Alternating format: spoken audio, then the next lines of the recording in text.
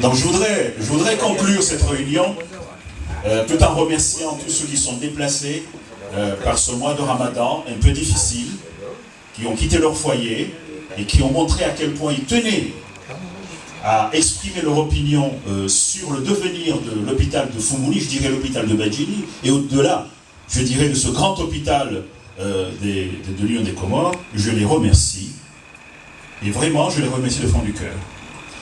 Mais je voudrais finir en m'adressant à ceux qui sont là-bas et qui sont à même de faire avancer les choses.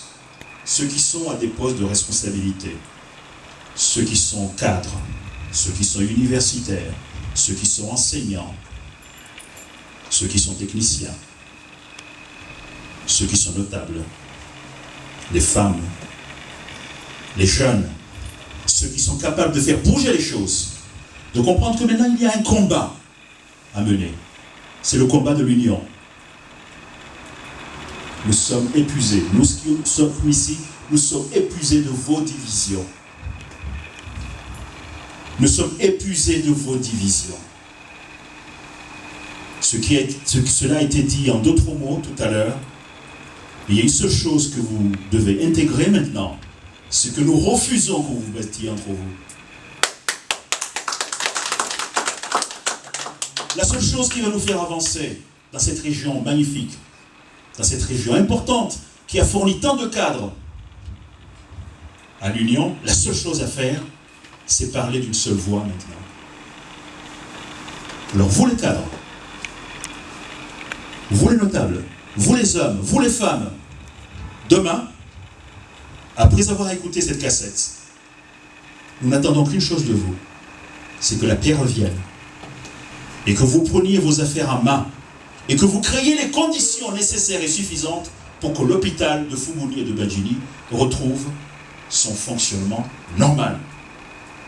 Qu'il y ait un médecin-chef digne de ce nom, un chirurgien digne de ce nom, respectant les lois et les usages et le fonctionnement d'une autorité, un conseil d'administration digne de ce nom.